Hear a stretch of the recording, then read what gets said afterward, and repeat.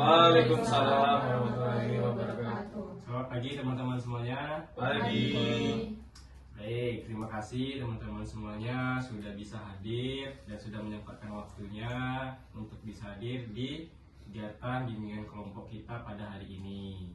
Baik teman-teman semuanya, sebelum kita memulai, untuk teman-teman yang barangkali mau ke WC atau ke toilet atau ada kesibukan yang harus kalian laksanakan sebelum kita melaksanakan bimbingan kelompok, saya persilakan.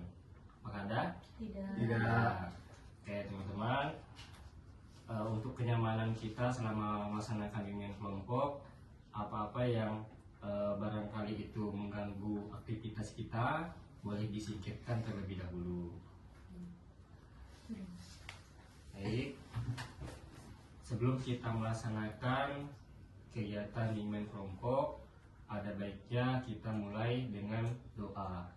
Sebelumnya, siapa yang di sini yang ingin memimpin doa? Saya, Pak. Ya, silakan. Baiklah. Sebelum kita melaksanakan kegiatan bimbingan kelompok ini, ada baiknya kita berdoa menurut agama dan kepercayaan kita masing-masing. Berdoa, mulai.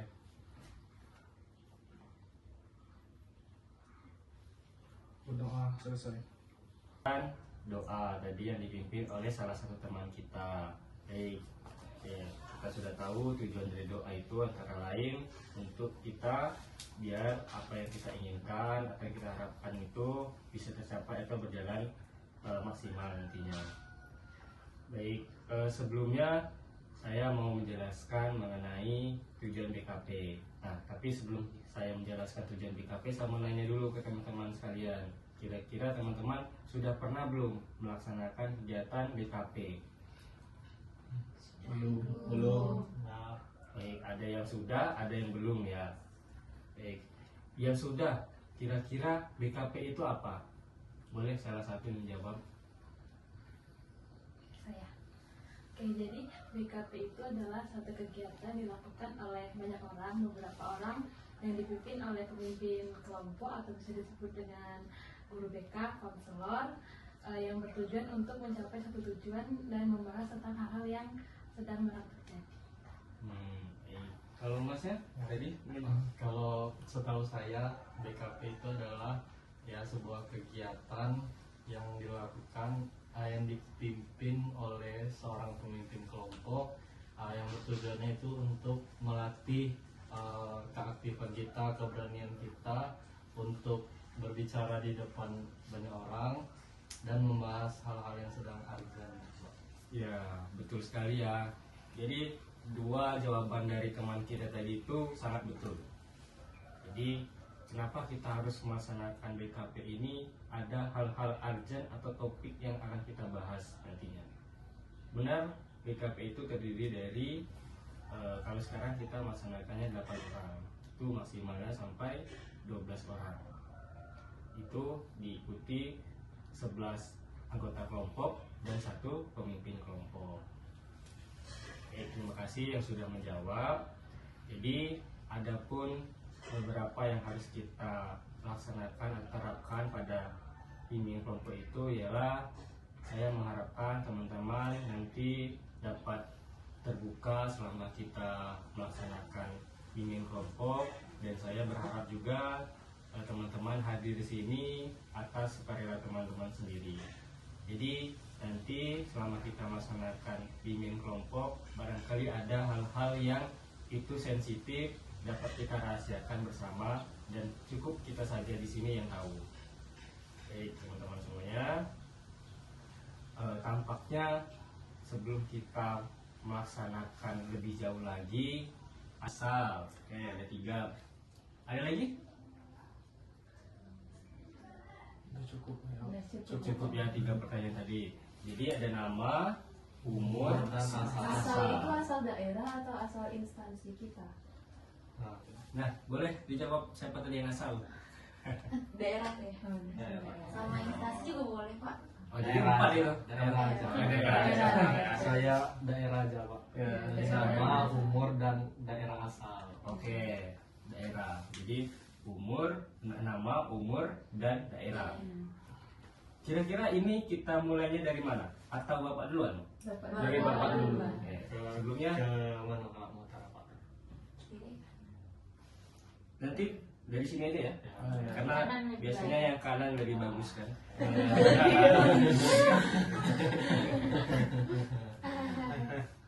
Jadi perkenalkan, nama Bapak Nofran Gunawan. Umur saat ini 22 tahun. Dan saya berasal dari Bengkulu Utara. Di Ada yang mana mau tanya kan? Bengkulu Utara di mana? Di Kecamatan Agam Makmur. Agam. Ada lagi yang mau ditanyakan? Cukup ya. Oke, lanjutkan. Nah, terima kasih. Perkenalkan, nama saya Melda Sentia. Umur saya saat ini 21 tahun. Asal saya dari Kota Bengkulu. Halo Melda. Oh iya. Baik, perkenalkan nama saya Keke Rahmawati Agustin, biasa dipanggil Keke. Enggak ada yang mau nanya tadi dari Melda. Enggak. Oke, dilanjutkan. Perkenalkan nama saya Keke Rahmawati Agustin, biasa dipanggil Keke. Umur saya 20 tahun. Saya berasal dari Bengkulu Selatan.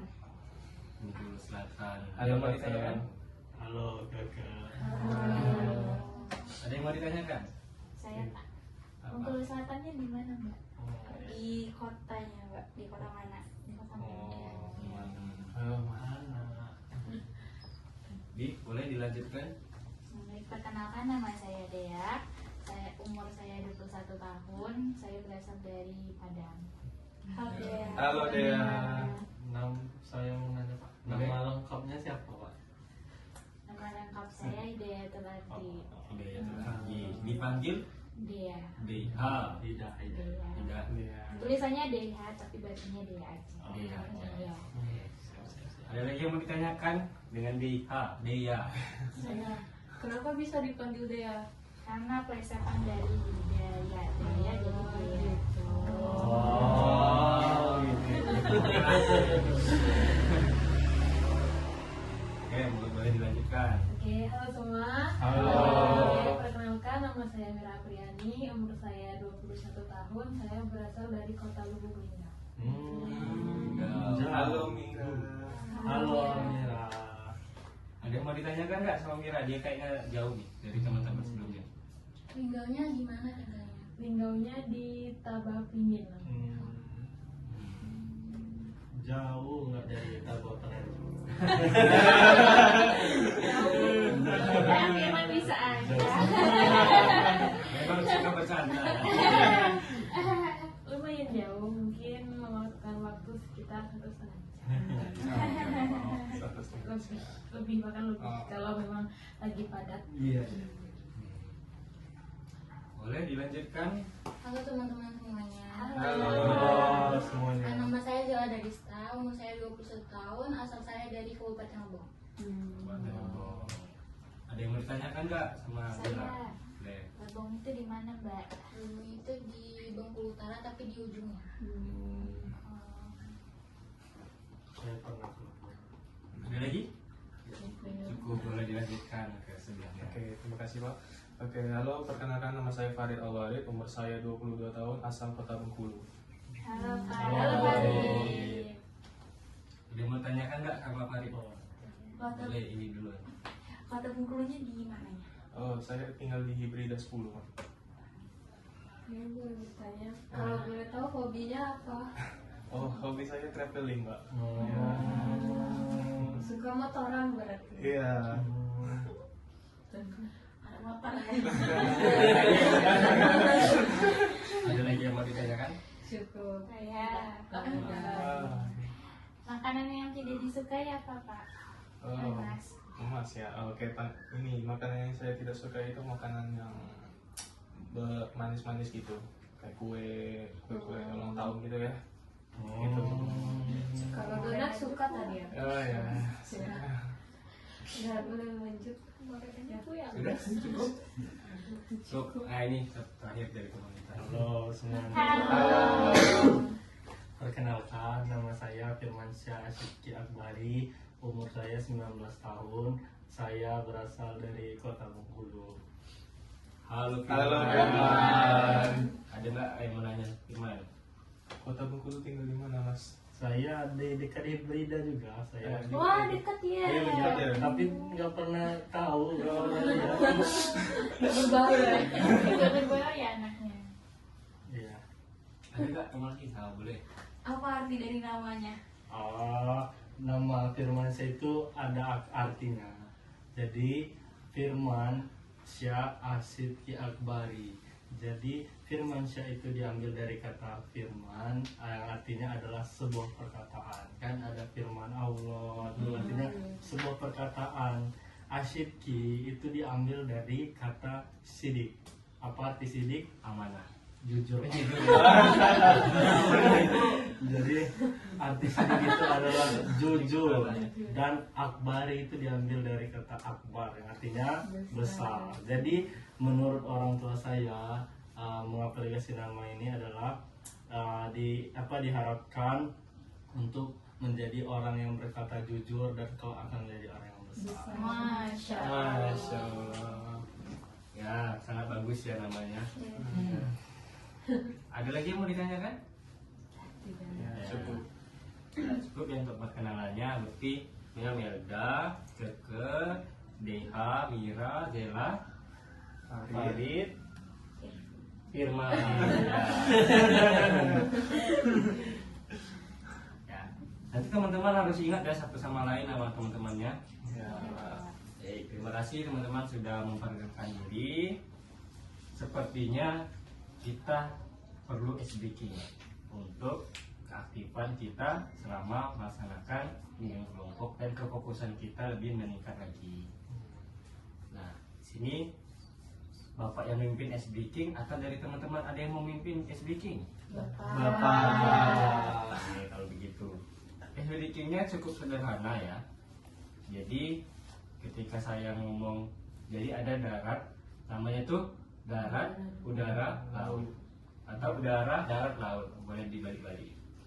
Nah, jadi kalau saya sebutkan udara, kalian sebutkan nama-nama hewan yang ada di darat, ada yang di laut, ada yang di udara. Misal kita contohkan, misal udara, darat, laut, udara, darat, laut. Saya langsung tunjuk si Deha, langsung tunjuk Deha, udara. Nah, oke. Burung merpati. Ya, Burungnya pakai nama nggak Pak? Iya, pakai nama. Soalnya kalau burung aja kan burung banyak. Iya. Tapi nggak banyak hewan yang di udara. kan misal saya berulang kali ngomongnya udara gitu, jangan burung semua lah. Misal nyamuk, misal tawon, lalat, lebah gitu. Nah. Paham kan? Bisa kita mulai? Kalau di Boleh. air ikannya pakai nama juga. Iya. Nggak boleh ikan aja gitu. Buaya juga bisa di air kan? Hebat ya. Maksudnya Oh, iya. menyebutkan Iya, ikan itu tuh harus lele atau Iya, nila, lebih Iya. spesifik. cebong. Kalau Iya, menyebutkan hewan yang sudah disebutkan boleh tidak, Pak? Nggak boleh. Nggak boleh kan? Boleh. Ya, saling ingatin tadi. Berarti tidak boleh sama. Iya, betul sekali. Kita mulai ya? Boleh Pak. Contoh dulu, Pak. Sekali. Iya, Coba. pemanasan. Pemanasan dulu nggak sih Pak? 2 kali atau 5 kali. Ini pemanasan tadi. Udara, darat, laut, udara, darat, laut, darat. Buaya. Tapi buaya Buaya, Pak. Bisa di laut, bisa di darat. Bisa di laut, bisa di darat loh. Oke, masih diterima. Masih perjalanan kan Pak? Kita mulai lagi. Udara, darat, laut, udara, darat, laut, laut. Ikan hiu. Saya ini bisa. Ikan hiu ya. Ikan hiu. Ikan hiu. Laut kan. Gampang kan? Ya. Mari kita lebih serius lagi untuk memulai. Nanti ada konsekuensinya kalau misalnya salah. Udara, darat, laut, udara, darat, laut, udara. Betul-betul kuku.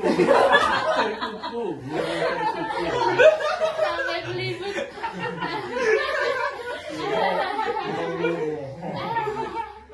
Apa tadi? Terkuku. Burung.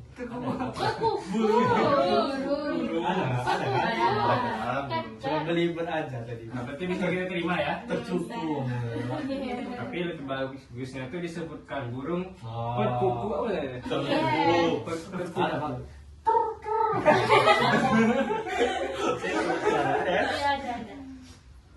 Oke, kalau coba lagi. Udara, darat, laut, udara, darat, laut, darat. Kambing. Emang karena kami? Iya. Baru 1 ekor bayinya. Alhamdulillah. Ikut lebih bayinya. Kita udah 2 kali nyoba. Kita coba sampai ada yang dapat. Salah. Udara, darat, laut, udara, darat, darat. Tikus. Terus. Iya. Darat tikus. Nah, kali lagi ini kita coba perketat. Jadi harus spontan ya jawabnya, jangan mikir. Harus dihitung 1 2 1 2. Kita coba 2 detik aja ya untuk mikir. 1 2 Tiga lah apa? 3 lah. Apa 3? Kan suka ganjil. Udara, darat, laut, udara, darat, laut, udara. Sudah fokus. Kayak dia. Udara, darat, laut, udara, darat, laut, laut. Ikan lumba. Lumba-lumba. Ya, ikan lumba. Baik, tampaknya nggak ada yang kena hukum, artinya sudah Fokus. Terima kasih sudah melaksanakan e-speaking. Nah, artinya kita sudah akan melaksanakan ke tahap selanjutnya.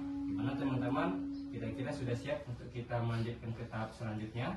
Siap. Kita akan melaksanakan ke tahap inti, ya betul sekali.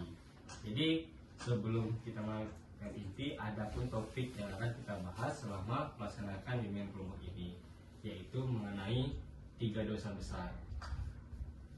Nah, sebelumnya saya mau tanyakan ke teman-teman, kira-kira udah pernah dengar belum apa itu 3 dosa besar dalam pendidikan? Pernah, Pak, pernah.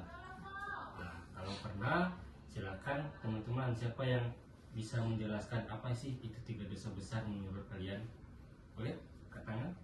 Ya, silakan. Oke, jadi 3 dosa besar itu yang pertama ada pelecehan seksual, pembulian, dan yang satunya itu intoleransi ya. Iya.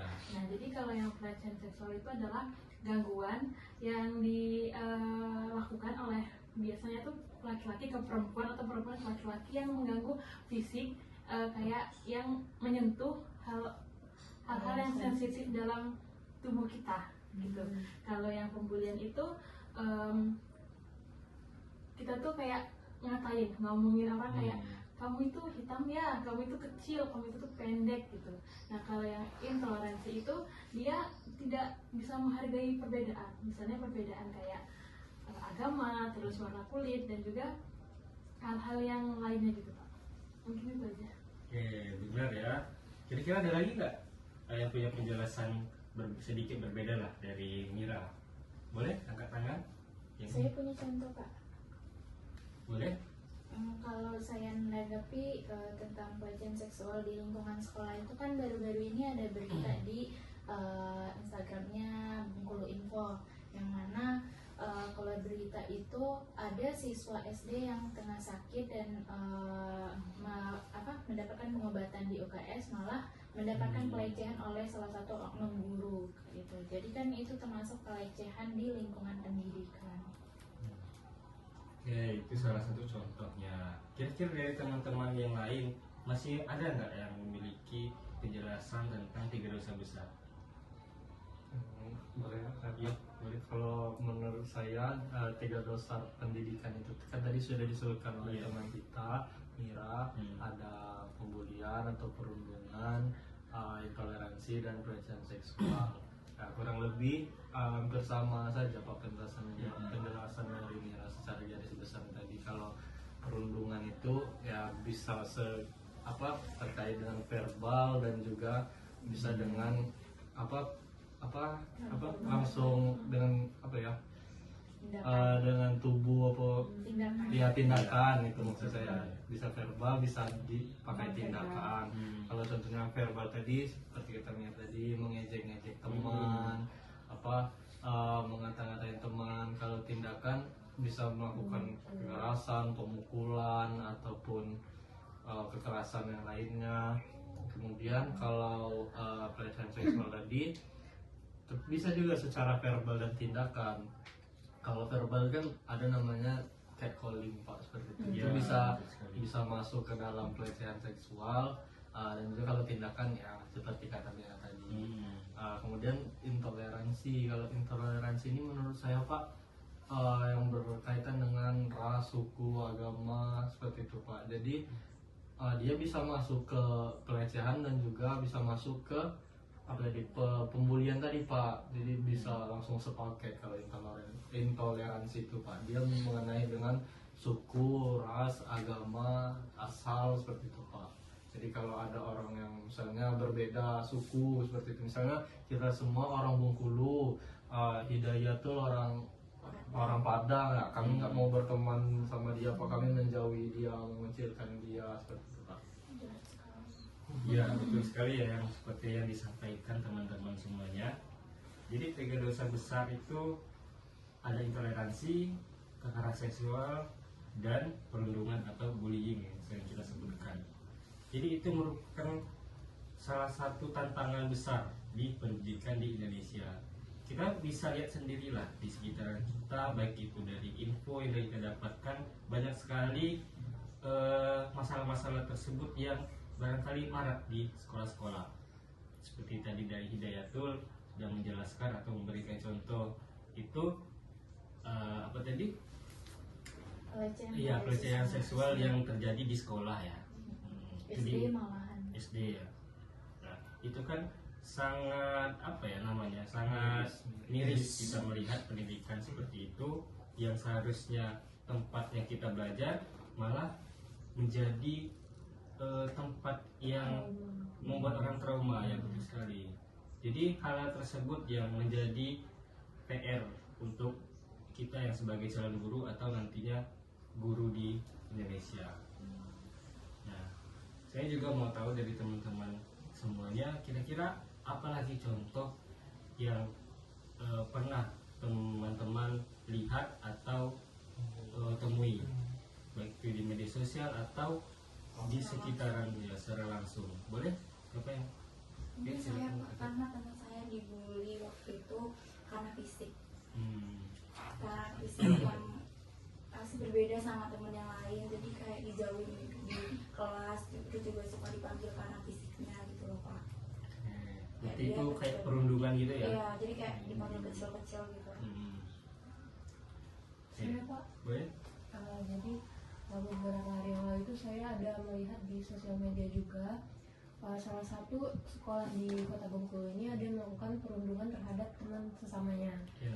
Perundungan ini sudah nggak masuk akal gitu loh Pak, sampai temannya ini dikurung ke dalam toilet, kemudian di dalam toilet dia tuh dipukuli, disiram kayak gitu Pak. Jadi berarti di sekolah itu guru-gurunya tuh tidak terlalu memantau, tidak terpegang lagi gitu loh. Jadi orang tuanya itu muridnya itu langsung mengadu ke orang tua, nggak ke guru lagi, jadi langsung berurusan ke polisi gitu Pak. Oke.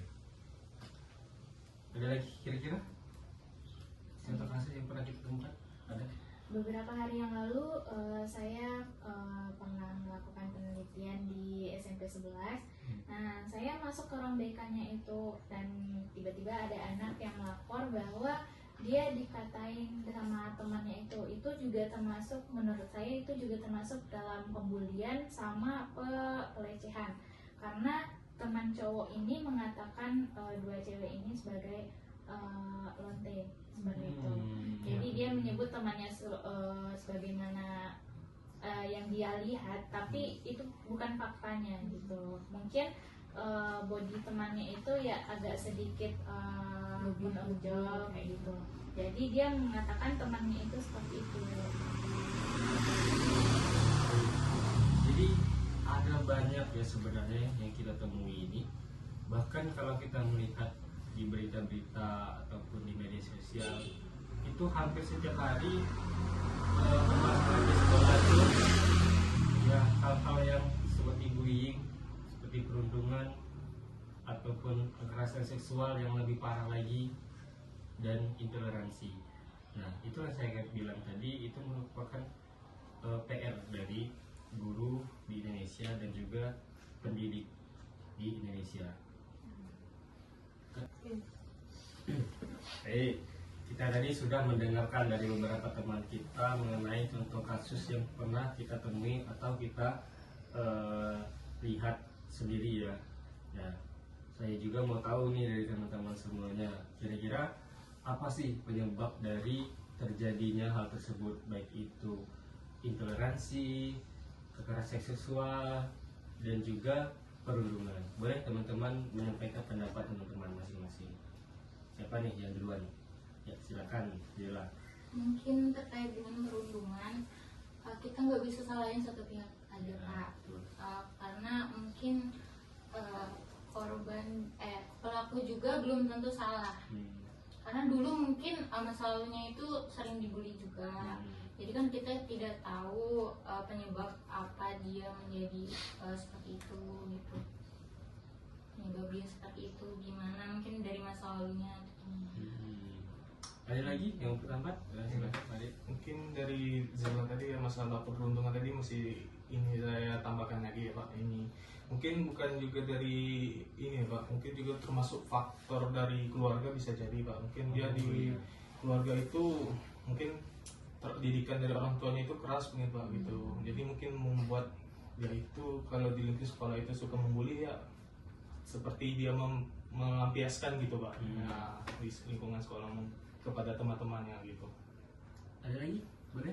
Kalau untuk pelecehan seksual mungkin kita nggak bisa nyalain pelaku langsung ya Pak, Iya. karena kadang kan korban juga tuh suka mancing gitu kan, apalagi kadang tuh cewek gitu kan, dari pakaian gitu kan Pak, jadi memancing korban untuk melakukan hal keji gitu kan. Nah, awalnya mungkin korban pelaku itu nggak mikir bakal ngelakuin hal itu, karena dipancing-pancing terus ya terjadilah kan Pak hal itu gitu. Karena ada kesempatan. Iya, karena ada kesempatan itu. Ada lagi nggak yang berpendapat? Pak, Iya, boleh. kalau menurut saya benar tadi kata faktor keluarga juga bisa perundungan itu ada juga, tapi bukan keras tapi malah dimanja Pak. Kalau dimanja itu kan misalnya seorang anak itu di rumah terlalu dimanjakan, semua keinginannya pasti dituruti.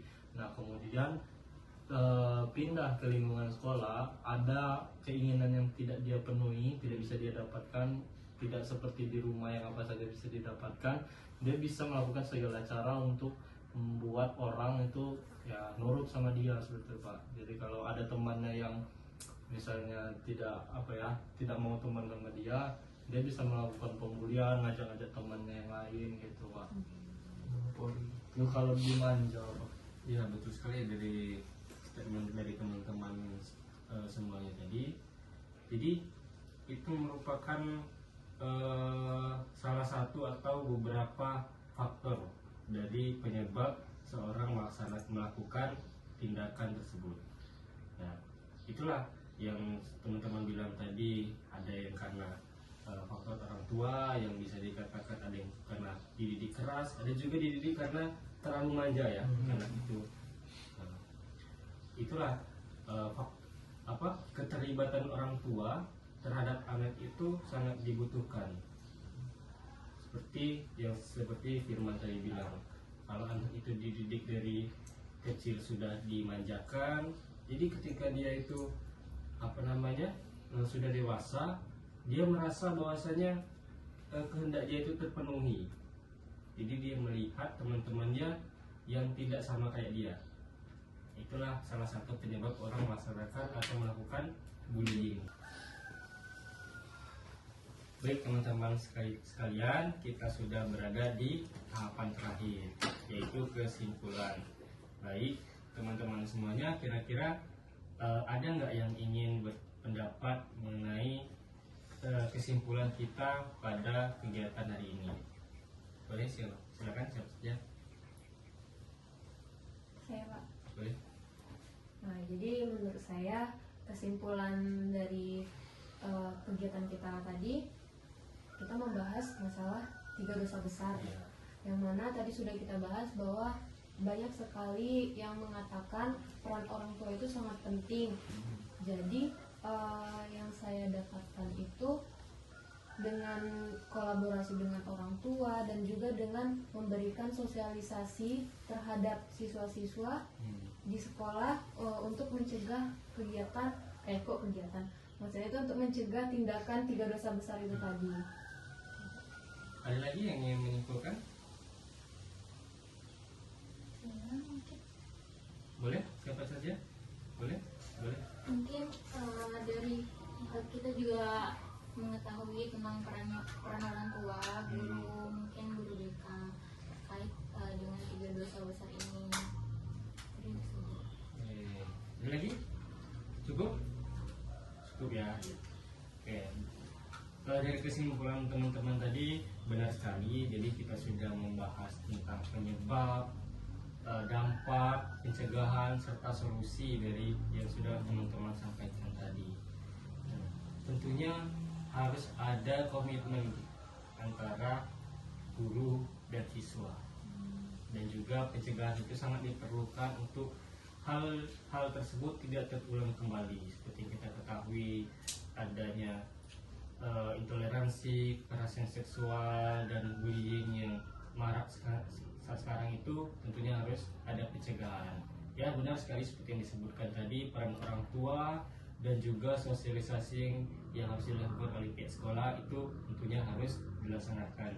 Tentunya solusi lain yang harus dilakukan itu penegakan hukum untuk orang yang melakukan tindakan tersebut yang bisa dikatakan sudah merujuk ke jalur hukum. Baik, kita sudah berada di tahapan terakhir. Teman-teman sudah menyampaikan semua pendapat. Barangkali cukup di sini untuk pertemuan kita pada hari ini. Saya sebagai pemimpin kelompok memohon maaf apabila ada kesalahan selama kita melaksanakan bimbingan kelompok. Semoga kita bisa ketemu di lain waktu. Saya akhiri. Wassalamualaikum warahmatullahi wabarakatuh. Waalaikumsalam. Dan doa tadi yang dipimpin oleh salah satu teman kita. Baik, ya, kita sudah tahu tujuan dari doa itu antara lain untuk kita biar apa yang kita inginkan, apa yang kita harapkan itu bisa tercapai atau berjalan maksimal nantinya. Baik, sebelumnya saya mau menjelaskan mengenai tujuan BKP. Nah, tapi sebelum saya menjelaskan tujuan BKP, saya mau nanya dulu ke teman-teman sekalian. Kira-kira teman-teman sudah pernah belum melaksanakan kegiatan BKP? Belum. Nah, baik, ada yang sudah, ada yang belum ya. Baik, yang sudah, kira-kira BKP itu apa? Boleh salah satu menjawab? Saya. Oke, jadi BKP itu adalah satu kegiatan dilakukan oleh banyak orang, beberapa orang yang dipimpin oleh pemimpin kelompok atau bisa disebut dengan guru BK, konselor, yang bertujuan untuk mencapai satu tujuan dan membahas tentang hal-hal yang sedang terjadi. Baik. Kalau masnya tadi? Kalau setahu saya BKP itu adalah ya sebuah kegiatan yang dilakukan yang dipimpin oleh seorang pemimpin kelompok yang bertujuannya itu untuk melatih keaktifan kita, keberanian kita untuk berbicara di depan banyak orang dan membahas hal-hal yang sedang urgent. Ya, betul sekali ya. Jadi dua jawaban dari teman kita tadi itu sangat betul. Jadi kenapa kita harus melaksanakan BKP ini? Ada hal-hal urgent atau topik yang akan kita bahas nantinya.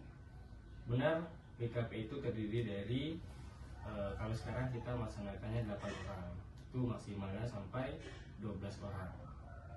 Itu diikuti 11 anggota kelompok dan 1 pemimpin kelompok. Terima kasih yang sudah menjawab.